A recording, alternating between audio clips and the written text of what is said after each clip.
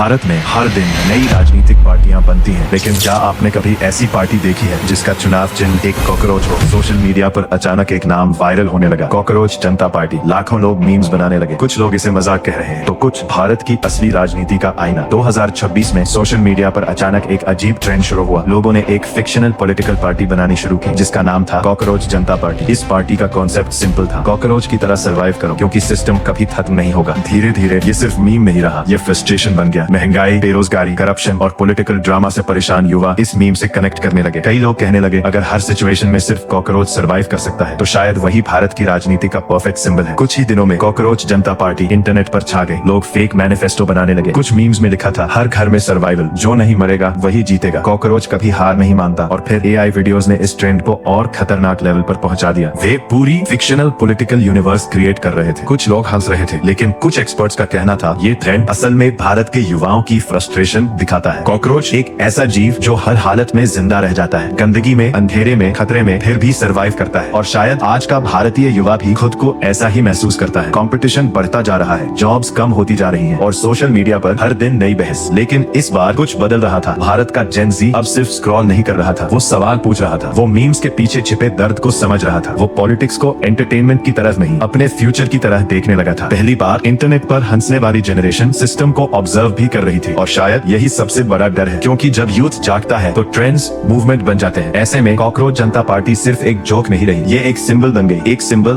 उस जनरेशन का जो सिस्टम से टायर्ड है लेकिन अब भी सर्वाइव कर रही है। हिस्ट्री गवाह है, कई बार मजाक से शुरू हुई चीजें बाद में मूवमेंट बन गई। क्या कॉकरोच जनता पार्टी भी एक डिजिटल प्रोटेस्ट बन सकती है, या फिर ये सिर्फ कुछ दिनों का इंटरनेट ट्रेंड है? लेकिन एक बात तय है, इस ट्रेंड ने साबित कर दिया कि आज की जनरेशन चुप नहीं है। वो मीम से बोल रही है, रील से बोल रही है, हैशटैग से बोल रही है। और शायद पहली बार भारत का जेन ज़ी सच में जाग रहा है। भारत बदल रहा है, पॉलिटिक्स बदल रही है और प्रोटेस्ट करने का तरीका भी, कभी स्लोगन से, कभी हैशटैग से।